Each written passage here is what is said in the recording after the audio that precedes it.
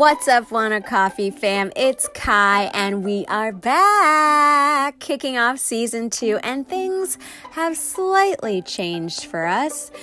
We will have weekly contributions from strangers all over the world discussing various topics chosen by yours truly. And this is the first time these contributors have spoken to one another, so you are in for a real treat. Without further ado, here's Ethan and Rich with Have You Ever Participated in a Protest? All right, the timer is going. So I guess the question today we have to answer is, have we ever been to a protest, and what was the first protest we've ever been at? So do you want to start? I can start. Unfortunately, be a relatively short, simple answer is that unfortunately, I have yet to participate in any live protests in person. I assume the question, is framed for the marches outside and the gatherings of in-person people, right? Any protests online or in secret or internal, I assume, does not fall within the bounds of that question. Sure. Yeah, unfortunately, I have yet to actually participate physically. Yeah, how about yourself? Well, oddly, my answer is very similar. I have not participated in a physical protest before, at least not that I can remember. There's probably a chance that I did something in college, but that was 25 years ago. So if I did, it was not as impactful a memory as it probably could have been. Um, I did. I came very close to attending rallies this summer on behalf of the Black Lives Matter movement. Right. But in the weird confluence of events that was 2020, I have underlying medical conditions that make me more susceptible to problems with COVID-19. And so that, mindful of that, I chose not to participate in person. And that was, I'll confess, that was a really difficult decision to make, right? The protests this summer for racial justice were really important, right? And speaking frankly, as a white dude who is not as impacted by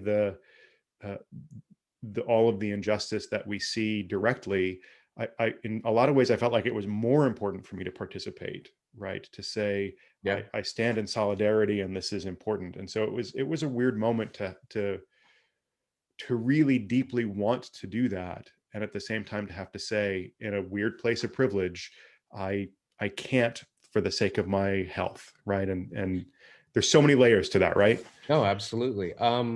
I'm gonna revisit back because it's interesting you bring up like thinking back to undergrad, because I tried to do the same because obviously very recently I know that I haven't participated in any in person.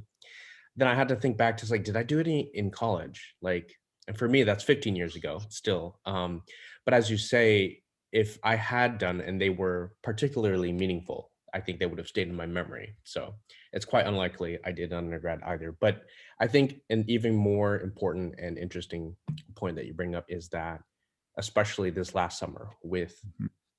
the seriousness of Black Lives Matter and the protests and the rallies and everything that's going on with the uh, revealing of American social culture Right. and the issues of this country that have persisted for decades, centuries. Hmm. Um, Absolutely, it was all very important, but it also happened during basically the height of a pandemic, a worldwide global pandemic, and it's difficult. You got to weigh safety and personal caution and health against something that's really important. And ethnicities aside, you say you're white. I'm Asian American, and I it's how do you make that decision, right? I myself have some also related health issues. I'm relatively young, but my whole family has had asthma, so Sure. Yeah. so and you read about the causes of the worst cases, right, are usually respiratory related, and you think about that. Hmm. Um, At the same time, for me personally, I also have to make sure that I don't cop it all to making that very difficult decision of health. That at the same time, ultimately, I made the decision not to go. And that also part of me is a little jaded with, I guess, just the point of participation, because in these rallies you justify to yourself and you say, or at least to myself, I say, the people who are joining these, we already all agree on this. Mhm. Yeah. Yeah. Like, is it actually going to change the minds of the portion of this country that refuse to listen? That's a really great point, right? There's a performative aspect to protests sometimes that, or participation in some protests by some people, I'll say that, that is about being seen as in support as opposed to actually supporting, right? Yeah. So when I was in grad school and in college, undergrad, um, a large chunk of my time was spent studying gender theory and queer theory, right? Like that was where um, my activism sort of manifested itself, right? And one of the things that I remember really strongly from that time and from sort of feminist theory of the 60s, right, is this idea that the personal is political and the political is personal, right? And when you so in some ways choosing to not protest because of very personal reasons is part of the politics of it, right? Absolutely. And I find that all really interesting, but also the notion that maybe there are things we do or can do or should do that are more impactful than attending a protest, right? Um, and and for some people that's important, and the protests are important for visibility, right? For Absolutely. raising Absolutely. consciousness. But yeah, I think you're right. There's a part of me that certainly looked to that and went, there's already thousands of people making that point. Is there a better way that I can use my energy to make change? Yeah. And of course, at the same time, like you bring up that absolute fair side of the coin is that because all those people attended those rallies, people had to talk about it. All the Right. media outlets were forced to discuss it one way or another. And you certainly have all the media outlets that decide to label it a certain way, and you Sure. can't avoid that. But the fact is, it's in their zeitgeist, it's in their forefront, it's in their face. They can't avoid it. So certainly I'm not one to be like, oh, the protests are pointless. They're not. They're Right. absolutely not. But it's like you say, politics is personal, and I get to the point. It's like, man, I wish we could get practical. But that's all tied. Like yeah, especially with American politics, a lot of things don't get pushed through law and Congress because there just isn't enough fervor and Mhm. loudness to it. We're talking about politics in general and why Black Lives Matter is even an issue. Why it has persisted. A lot of times, law in this country, it's the loudest, not the most right, which is unfortunate. Yeah. Yeah, absolutely. And I mean, I think we can't ignore the fact that in this country, your voice gets louder with the amount of money you have as well. Yes, absolutely, Right. directly proportional. Right. And so I have a really good friend who is, gosh, we've been friends for almost 30 years. And we are definitely on opposite sides of the political spectrum, right? He's more conservative, and he and I go round and round often discussing issues of racial politics. And he comes from a rural area without a lot of money in Pennsylvania, right? So he's sort of um, I think I wouldn't be saying anything ill about him to say he's from sort of a poor white demographic. Mhm. And he often talks about the fact that um, the issues that people raise in and sort of account race to the cause, he will say often, well, it's about money, it's about class, it's about poor white folks have the same problems. And it's really interesting to me because in some ways he's wrong, obviously. In some ways he's also really right, right? There's this really interesting conflation and convergence of powerlessness that happens with uh, lack of money to have your voice heard, and Yeah. also um, your ethnic or racial background, right? It's really, politics in this country are just weird, right? It's Like, it's crazy, you know, where I mean, I honestly could talk about this forever, but it's just interesting you say that, because I'm sure your friend experiences, for the most part, the same symptoms as any other underfunded, not underrepresented. That's not the right one. It's underfunded for sure. sure. Community in this country. Hmm. It's the differences as the causes of that, right? Right. Exactly. Different Exactly. communities, especially the African American community and probably the Latin American American community, the causes of their socioeconomic symptoms certainly are different, even though the symptoms are the same. And therefore, I can understand why your friend from that sort of community experiences the symptoms up front. That's the first thing to think of, and they say, I'm going through the same things," and that's quite possibly true on the the just being able to live on a daily life without having to worry about health, Sure. about food, rent, etc. Um, and how do you make that conversation expand so that it's not about uh, how our problems are always the same, but it's like, what solutions can we arrive at to actually achieve these goals that we've set out to help everyone, your friend, people of ethnic communities, etc. Right. I mean, part of it is about the pathways out of the place of disempowerment, right?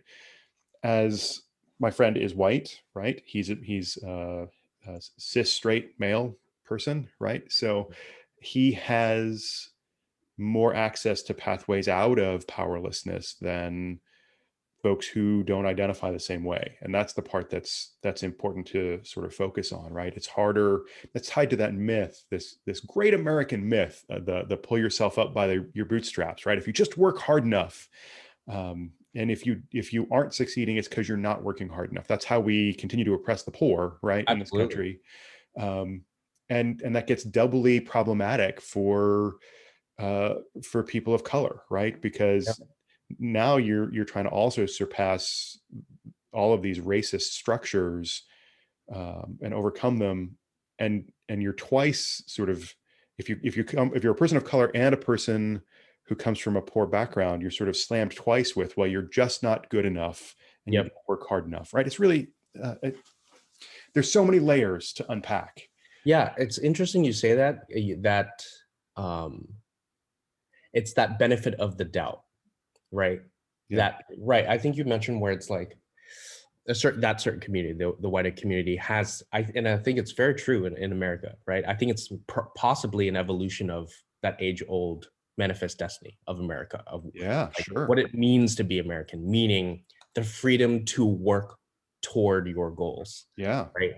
And I believe this is just my perspective, of course, but the white community has that belief very entrenched.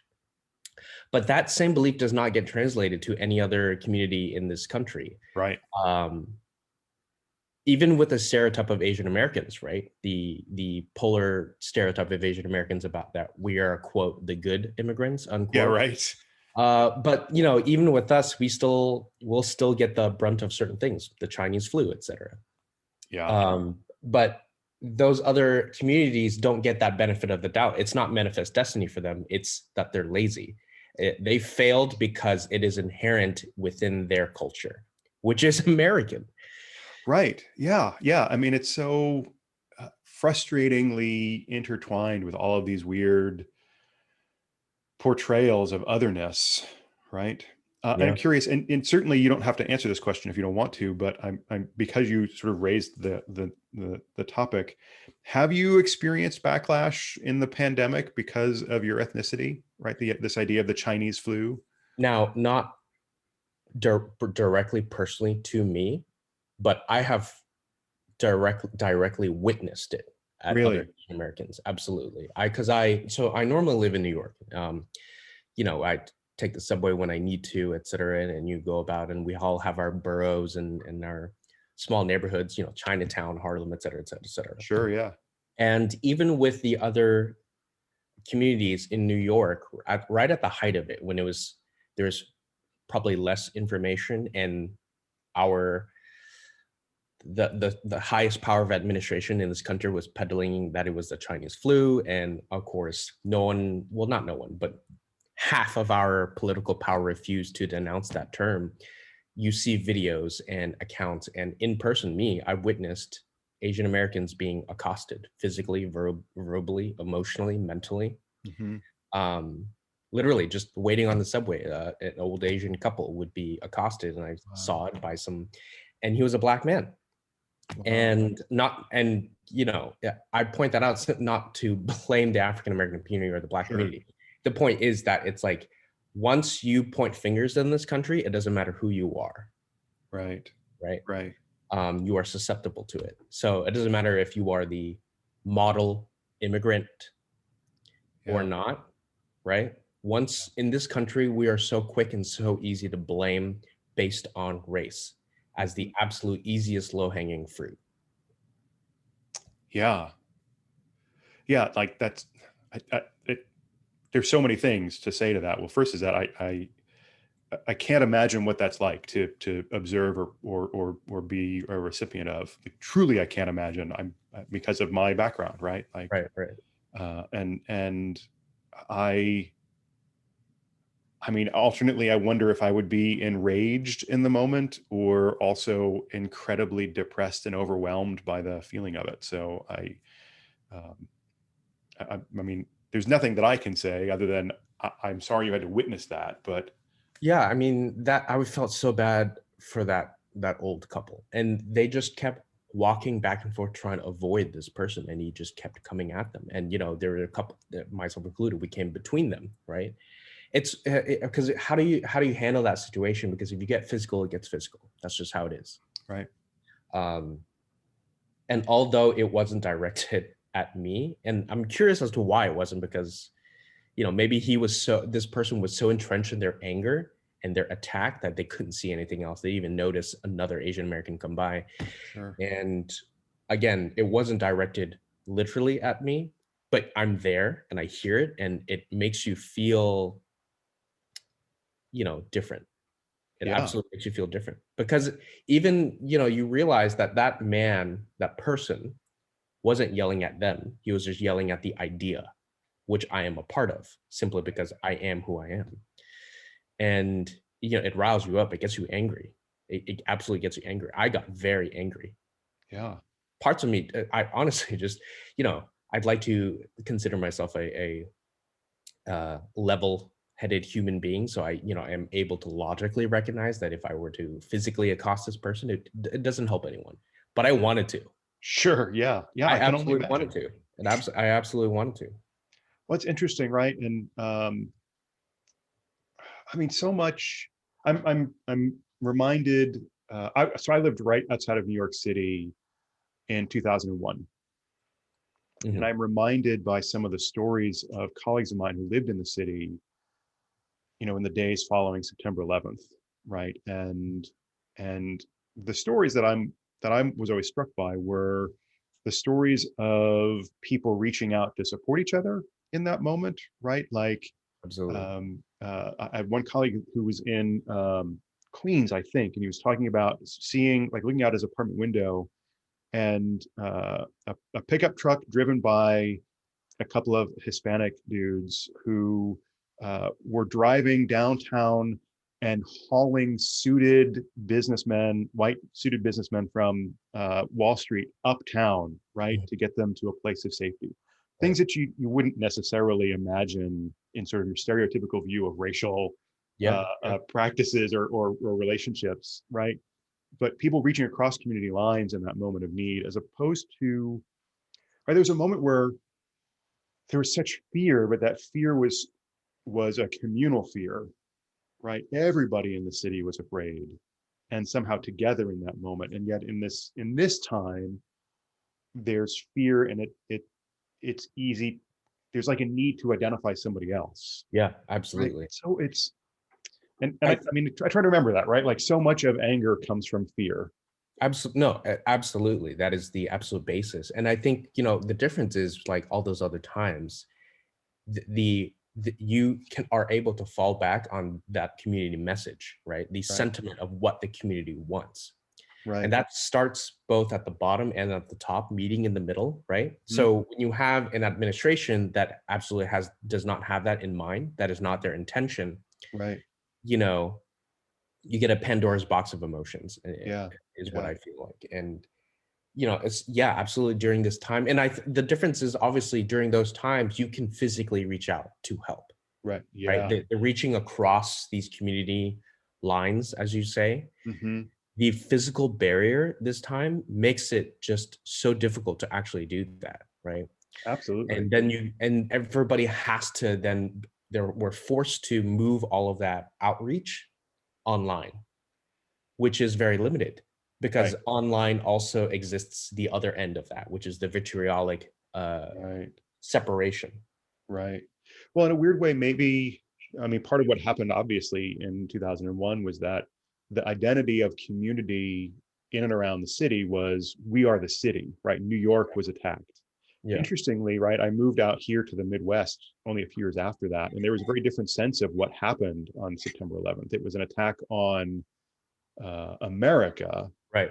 And in communities here where the identification of America is far more white, it was definitely sort of seen as this anti-Islamic response, right? But that's not what I felt in the city. Yeah. In the time, it was crazy people doing crazy things, regardless of where they came from. Really interesting that how communities identify. Well, I think with that, it's like you say, I think that's an example of how without that physical outreach, there's a lot of miscommunication happening, right? So people in those Midwest and even probably West Coast communities, just as culpable during that time with the anti-Islamic sentiments, is everything that gets fed through the media. And that's not just accredited news outlets. That's social media. That's word of mouth online, which is viral in speed, right? There's just no time to fact check anything anymore. So I wonder if that means that this is a time to think anew about what it means to protest, or how to structure a protest, right? Because now, you know, I'm thinking about the revolutionary work of Gandhi and Martin Luther King and folks in the 60s with the sit-ins and peaceful revolution and that sort of thing. It's so easy for anything you do as a gathering to be portrayed however the media wants it to be portrayed. Is demonstrating anger or frustration the best way to move forward, right? Or is there, I don't know what the model is, but is there some other mode or framework where it's about reaching out to forge connections across communities, as opposed to demonstrating where I feel my community is hurt? And I'm thinking all of this in draft, right? Like I'm just sort of thinking about for the first time. And I recognize that there's a ton of privilege that embeds my ability to say that, right? Like it's really easy for me to say, well, we should all just reach out and love each other, which is not really what I'm saying. But same with me. I mean, I'm not white. But I still have levels of privilege that I must acknowledge, right? Sure. Yeah. My family are immigrants, but we managed to do really well for ourselves at this point in our lives, right? So that me growing up, I had a stable household and we are fine financially now, right? Myself and my siblings. So, and Asian Americans, we still, and historically as well, have faced certain levels of stereotype and discrimination. It's not just the model immigrant, because that's just what the media or certain political entities in our country use, right? That stereotype doesn't necessarily exist, in my opinion. It's more like a tool to use against other ethnicities, right? Because we still face and have faced discrimination at various levels. But that being said, because of that, the privilege that we have accrued in this country, the currency, so to speak, the benefit of the doubt currency is different from other ethnicities. You have to accept that. Yeah, absolutely. because even within my Asian American community, especially during this time, you discover by proxy people within my own community, within my own specific ethnicity, meaning Vietnamese Americans, who speak and vote against their own interests because of their fears. And it's frustrating for me. It's frustrating for me to hear about these people who are immigrants, who are like legitimate immigrants, right? People are still alive, coming from third world countries, come here and then are against things like immigration or the benefit of the Black community, which has directly benefited us. Right. If it weren't for the civil rights movement led by Black Americans,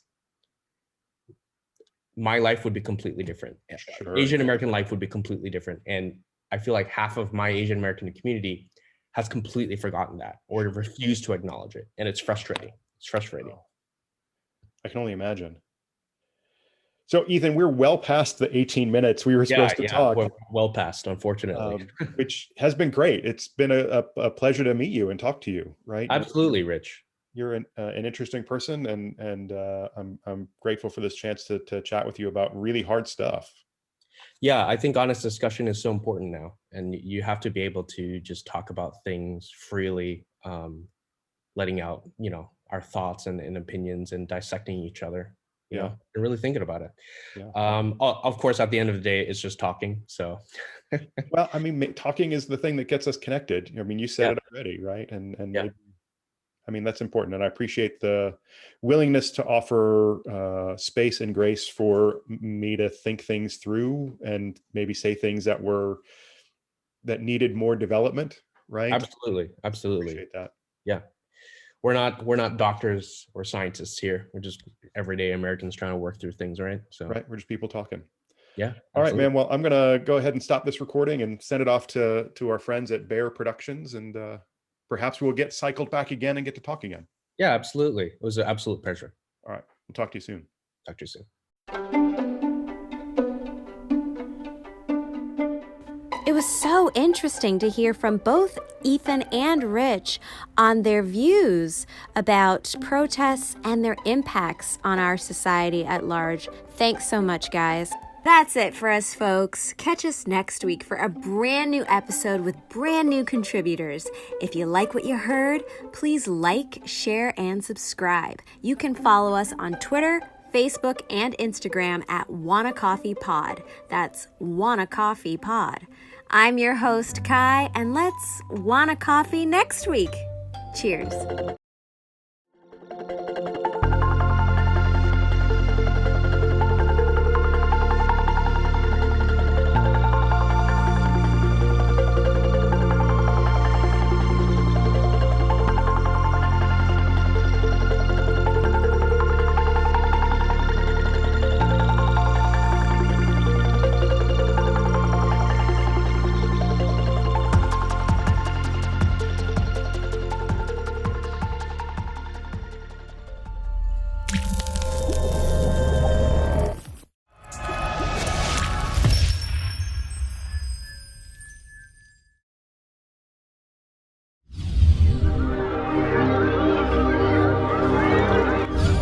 Oh my God, orange is not my new black.